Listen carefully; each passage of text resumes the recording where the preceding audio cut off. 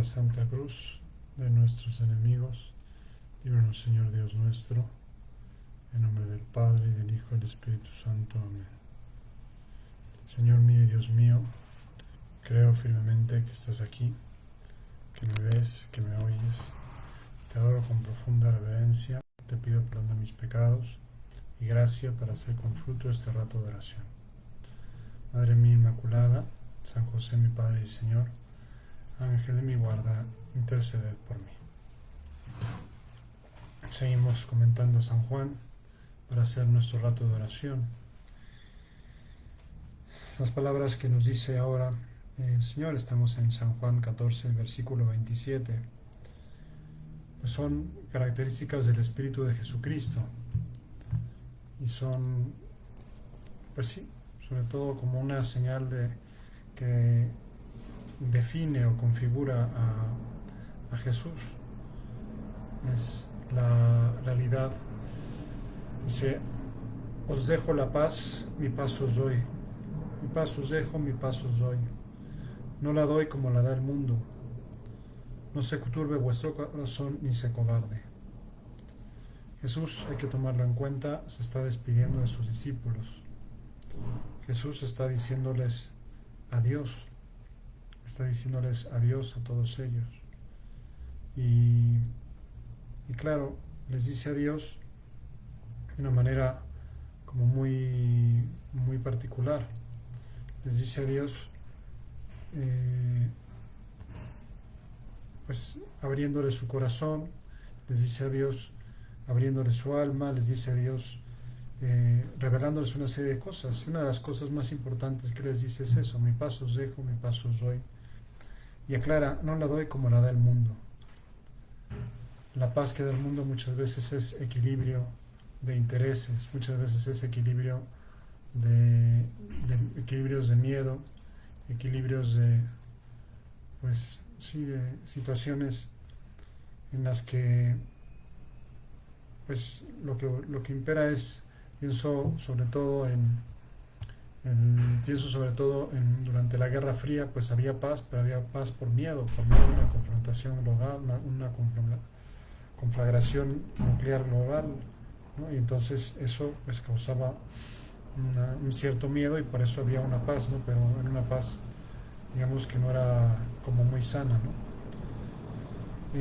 La paz que da Dios es distinta a la que da el mundo, ¿no? No es nada más el compromiso con nuestra mediocridad, no es nada más el compromiso con nuestro, bueno, ya voy a estar en paz y que no me molesten y que no me fastidie, sino que es una paz compatible precisamente con la guerra. ¿Con qué guerra? Pues con la guerra que debemos mantener en el interior de nuestro corazón para mantener nuestra alma en una sana tensión, en una tensión sana, para vivir como hijos de Dios, ¿no? Esperen, voy a cerrar una puerta.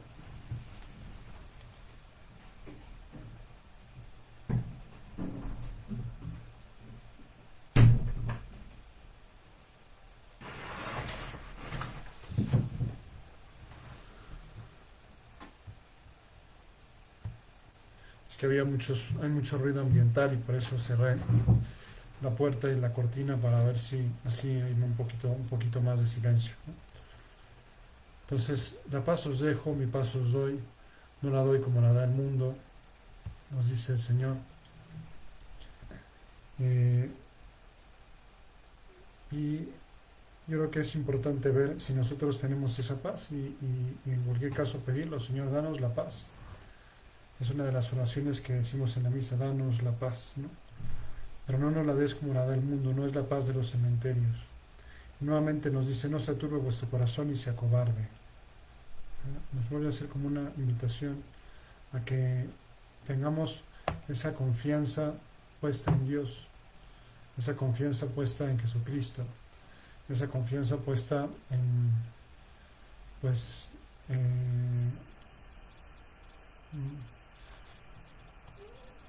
esa confianza puesta en la acción del Espíritu Santo en nosotros.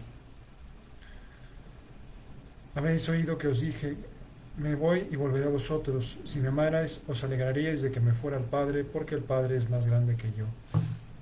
Ese es uno de los textos que a veces desconciertan si se fijan, en todo San Juan hemos venido leyendo que, pues, que el que ha visto a mí ha visto al Padre, que el Padre y yo somos uno, que yo hago lo que he oído, yo digo lo que he oído al Padre. O sea, habla de una unidad estrechísima, casi de una identidad entre Jesús con el Padre. Y ahora, sin embargo, nos sale con el Padre es mayor que yo, ¿no? Como que eso vendría a quebrar la idea que nosotros tenemos de la Trinidad, ¿no? Este capítulo 14, ya les he dicho que es un capítulo donde Jesucristo habla del Padre, habla del Espíritu Santo, y digamos que es como un capítulo en el cual nos presenta a la Trinidad y va haciendo una presentación de las distintas personas. Y ya casi al final del capítulo 14, cuando ya nos habíamos hecho esa idea, cambia de registro y nos dice el Padre es mayor que yo, ¿no? ¿Cómo explicar esa frase de que el Padre es mayor que yo y al mismo tiempo decir, como confirma la fe, que el Hijo es igual al Padre, ¿no? Pues es que Jesucristo a veces habla en la Sagrada Escritura, por ejemplo, cuando dice yo soy y el texto bíblico lo escribe con mayúscula, está refiriéndose a sí mismo precisamente como Dios, ¿no? Y está refiriéndose a sí mismo como en su identidad con el Padre, y podemos añadir su identidad con el Espíritu Santo, ¿no? Su mismo nivel de relevancia, por decirlo así, ¿no? Su correlación directísima con cada una de las tres personas, su no subordinación. Pero en este texto, este es de los poquísimos textos, porque son muchísimos más abundantes los textos que hablan de la identidad entre Jesucristo y con el Padre. Este, en cambio, es uno de esos textos, de los pocos, en los que Jesucristo habla desde su humanidad santísima. Entonces, la humanidad santísima de Jesucristo, Jesucristo como hombre, pues, es decir, la naturaleza humana de Cristo, pues por supuesto que es inferior al Padre. O sea, por eso aquí, o sea, lo dice, me voy y volveré a vosotros. Si me amares, os alegraríais desde que me fuera el Padre, porque el Padre es más grande que yo. Claro, le está diciendo me voy y volveré a vosotros. O sea, me voy porque voy a morir y volveré a vosotros porque voy a resucitar. Si me amarais, os alegraríais de que me fuera el Padre, porque el Padre es más grande que yo. Es decir, Jesucristo, por decirlo de alguna manera, o sea, está diciendo me voy a ir al cielo. O sea, en el momento en que me muera, pues me voy a ir al cielo. Y el cielo es mejor que estar aquí en la tierra. Por eso os alegraríais, porque mi unidad con el Padre va a ser como más estrecha. La unidad no de la persona, sino la unidad de la naturaleza humana de Jesucristo. La naturaleza humana de Jesucristo, Jesucristo como perfecto hombre, es inferior al Padre. Comienza a existir en el seno de la Virgen María. Es el que muere en la cruz. Lo que pasa es que la persona de Jesucristo es la persona, es la persona de esa naturaleza humana, es al mismo tiempo la persona divina. Entonces, aquí Jesucristo, cuando dice el Padre es mayor que yo, el Padre es más grande que yo, se está refiriendo a que el Padre es más grande que mi naturaleza humana, pero no que es más grande que mi persona, porque mi persona y la del Padre son absolutamente, no es la misma persona, son personas distintas, pero no hay una subordinación del Hijo hacia el Padre, ¿no? En fin, quizá pueda parecer un poquito trabalenguas, pues porque así es la revelación, porque así es puede parecer un poquito trabalenguas, repito, pero no lo es tanto si lo meditamos un poquito, es quizá un poco teológico, ¿verdad? Pero de vez en cuando es bueno que nuestra oración sea un tanto teológica y que se aventure un poquito a adentrarse en el terreno de la Trinidad, porque estamos hechos para la Trinidad, salimos de la Trinidad es nuestro origen y la Trinidad es nuestro fin. Y aquí en el capítulo 14, Jesucristo habla de la Trinidad primeramente, pero luego habla de la humanidad de Jesús, y en ese sentido la humanidad de Cristo en cuanto hombre es menos perfecto que el Padre en cuanto Dios, si valga esa expresión, ¿no? Y os lo digo ahora antes de que suceda, para que cuando suceda creáis. O sea, ¿qué es lo que les estoy diciendo? Que me voy y volveré a vosotros. O sea, le estoy diciendo que me voy, o sea, voy a morir y voy a volver. Se los estoy diciendo antes de que suceda para que cuando suceda creáis, ¿no? Era una manera más en la que Jesucristo les hablaba a los apóstoles de lo que tenía que pasar, de lo que tenía que suceder, de pues todo su misterio de salvación, todo su misterio de redención. Ya no hablaré muchas cosas con vosotros porque llega el príncipe de este mundo. En mí no tiene ningún poder, pero ha de saber el mundo que amo al Padre y que obro según el Padre me ha ordenado. Levantaos, vámonos de aquí. Aquí sucede una cuestión un tanto curiosa, ¿no? Y es una cuestión que es más bien, no nos sirve, pienso yo, demasiado para hacer la oración, pero sí nos sirve de una manera como exegética para interpretar la oración. Es decir, eh, digamos que es como un final adelantado. San Juan tiene varios finales adelantados, lo que indica un proceso redaccional que no fue unitario, lo cual no tiene nada de particular, es decir, no quiere decir que San Juan haya escrito su libro de un tirón, sino que lo fue escribiendo, ¿no? Fue escribiendo sus recuerdos, ¿no? Y de pronto pues le venían más recuerdos y añadía más cosas, ¿no? ¿Por qué lo digo aquí? Porque aquí pareciera decir, bueno, ya levantaos, vámonos, y pareciera que lo que sigue es pues la oración del huerto, ¿no? La prisión de Jesús y el inicio de la pasión, o sea que está diciendo como que ya termina la última cena, ya no hablaré muchas cosas con vosotros, ¿no? Porque llega el príncipe de este mundo, ¿no? Pero ha de saber el mundo que amo al Padre y obro según el Padre me ha ordenado. A saber el mundo que obro las cosas como me las ha ordenado el Padre. Y a saber el mundo que hago la voluntad del Padre. ¿Y cuál es esa voluntad? Pues esa voluntad es precisamente la cruz. Es algo que ha de saber el mundo. Pero ¿qué sucede? Que el capítulo 15, que es justo lo inmediatamente siguiente, pues no habla de eso, sino que añade otros discursos. Es decir, es como un final prematuro de la última cena. Es como si en una primera redacción San Juan dijera, bueno, esto es lo que tengo que contar de la última cena. Y después pasaron los años y dijeron, no, mejor vamos a añadirle otros, este es el capítulo 14, otros 3 capítulos, 15, 16 y 17, otros 3 capítulos más, contando lo que sucedió en la última cena. O sea, como la primera versión, por decirlo así, de la versión primitiva de lo que dijo Jesús en la última cena, estaría conformada por los capítulos 13 y 14. Después pasaría el tiempo y San Juan diría, no, vamos a añadirle más detalles. Recordaría San Juan, ¿verdad? El Espíritu Santo le inspiraría a San Juan, oye, mira, es importante que digas esto también. Entonces, en una redacción posterior, San Juan añadiría los capítulos 15, 16 y 17, complementando así el largo discurso de la última cena, ¿no? Se entiende si leo el último versículo del capítulo 14 y después paso al capítulo 15, donde pues no sucede nada de lo que está diciendo Jesús, ¿no? Que es lo que vamos a hacer ahorita. Nuevamente, espero no haberlos enredado con esta disquisición exegética, ¿no? Que bueno, que espero contribuye un poco para enriquecer el contenido doctrinal de nuestra oración. Dice, ya no hablaré muchas cosas con vosotros porque llega el príncipe de este mundo, en mí no tiene ningún poder, pero ha de saber el mundo que amo al Padre y que obro según el Padre me ha ordenado. Levantaos, vámonos de aquí. Ahí termina el capítulo 14. ¿Y qué dice el capítulo 15? Trae otro discurso del Señor. Dice, inmediatamente después dice, yo soy la vid verdadera y mi Padre es el viñador. Todo sarmiento que en mí no da fruto lo corta, y todo el que da fruto lo poda para que dé más fruto.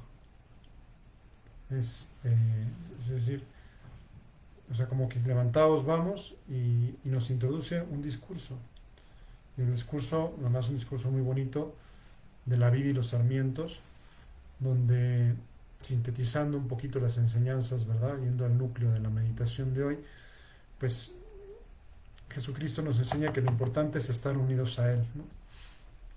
Y esa es una idea muy bonita, la que ha insistido mucho el Papa Francisco, que hay que ser cristocéntricos, ¿no? El centro es Cristo, o sea, el mensaje del que hay que transmitir es el mensaje de Jesucristo, de quien hay que hablar es de Jesucristo, de quien hay que hablar es, o sea, porque el cristiano es el discípulo de Jesucristo, ¿no? Y esa misma idea repite mucho el prelado del Opus Dei, don Fernando Cáliz, ¿no? Desde recién elegido ha insistido en ese carácter cristocéntrico de la fe cristiana, ¿no? Entonces, este capítulo 15 como que pone el hincapié precisamente en ese aspecto, ¿no? En la importancia, en la necesidad de estar unidos a Cristo. Y esa importancia, unidad se da por la gracia, ¿verdad? Pero también corresponde a nuestra lucha, ¿no? A nuestro esfuerzo positivo por estar unidos a Cristo. Dice: yo soy la vid verdadera, el Padre es el viñador. Todo sarmiento que en mí no da fruto lo corta, ¿no? Y todo el que da fruto lo poda para que dé más fruto. O sea, tenemos que estar unidos, ¿no? Vosotros ya estáis limpios gracias a la palabra que os he anunciado. Permaneced en mí como yo en vosotros. Lo mismo que el sarmiento no puede dar fruto por sí mismo si no permanece en la vid, así tampoco vosotros si no permanecéis en mí. No podemos dar frutos si no estamos unidos a Jesús en la cruz. Ahora, pues, en fin, ayer me conmovió mucho hace 2 días, ¿verdad? Que tuve la oportunidad de ir a visitar a un amigo, pues que está hecho un Cristo, ¿no? Está con derrame cerebral y casualmente, pues la pared externa de su habitación, donde está toda llena de crucifijos de Cristo, ¿no? O sea, todos estos crucifijos, pues simbolizan a Cristo y son artísticos y son bellos, pero realmente el Cristo es el que está dentro, ¿no? Y no es una especie de idolatría, sino es precisamente hay que saber descubrir en los enfermos a Cristo, y está muy enfermo, con un derrame cerebral bastante grave, ¿no? No más puede mover voluntariamente los ojos, ¿no? El resto del cuerpo no lo puede mover, ¿no?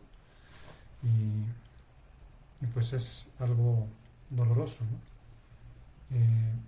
Pero digamos que es precisamente la unión con Cristo, o sea, uno se da cuenta que en Él pues está de una manera misteriosa presente Jesucristo, y es como ese sarmiento que ha sido podado para que dé más fruto, y ahora da un fruto silencioso en las personas que lo cuidan, en las personas que de alguna manera lo visitan, en las personas, pues nos hace un gran bien, un gran bien.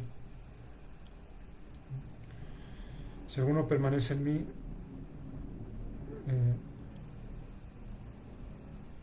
separados de mí no podéis hacer nada. O sea, que estemos unidos a Cristo, que lo tengamos eso como muy claro. Solo unidos a Cristo podemos hacer las cosas bien, ¿no? Dice: separados de mí no podéis hacer nada. Si alguno no permanece en mí, es arrojado fuera, como el sarmiento, y se seca.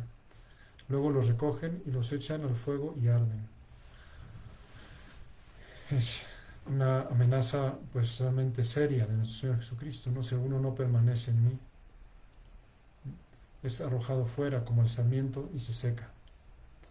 Y como, pues cuánta experiencia tenemos, ¿verdad? Por lo menos yo, ¿verdad?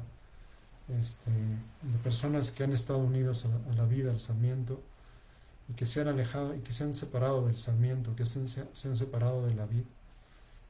No es que los haya visto arder, ¿verdad? Pero sí he visto cómo, pues humanamente se han empequeñecido mucho, cómo humanamente no han dado el fruto que tenían que dar, cómo humanamente se secan, ¿no? Se seca el alma, ¿no? Si no estamos unidos a Cristo, el alma se nos seca, ¿no? Por eso, esta idea de que sin mí no podéis hacer nada, separados de mí no podéis hacer nada. Separados de ti, Jesús, no podemos hacer nada. No permitas que nos separemos de ti. No permitas que nos separemos de ti.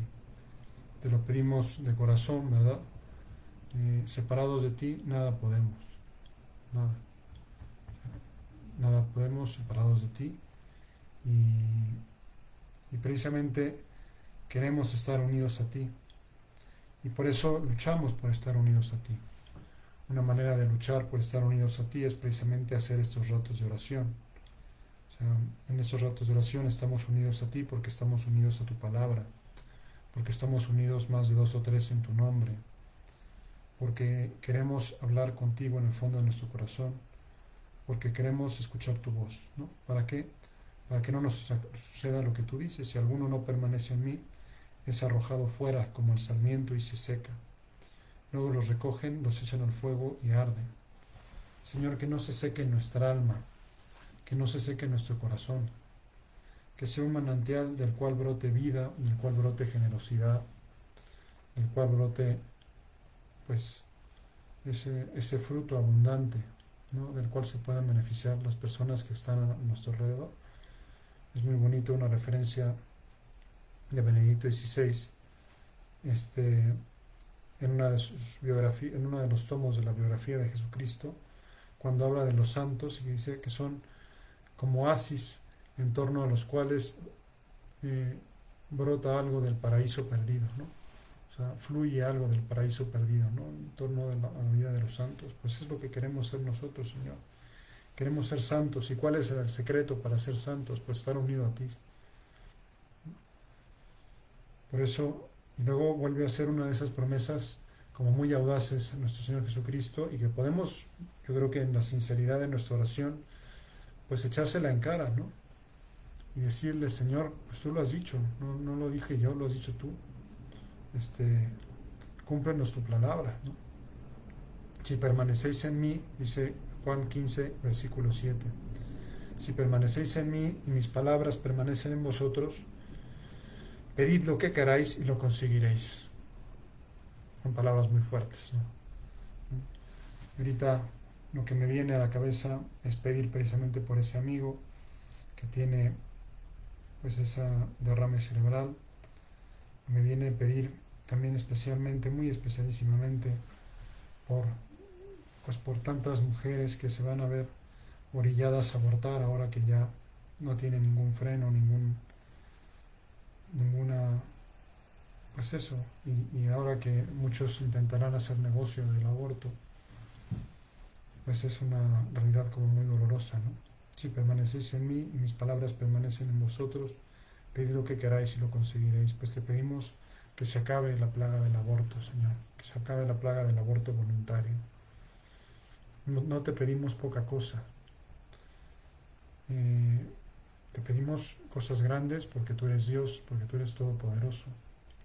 Te pedimos cosas que valen la pena. No te pedimos para nosotros, no te pedimos dinero o comodidad, ni siquiera salud, ¿no?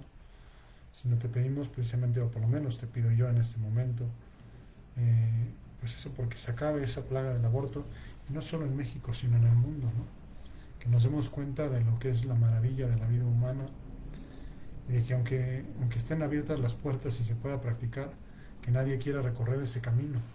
¿Por qué? Porque se dé cuenta de que, primero, que es una gravísima injusticia, después que es una ofensa gigantesca a la dignidad de la vida humana, y después porque descubran la maravilla de lo que supone ser madre, que no hay bien comparable en este mundo al de la maternidad, ¿no? Pero en fin, son cosas que le pedimos al Señor, y el Señor sabrá si lo escuchará, si las escucha. El Señor tiene sus tiempos.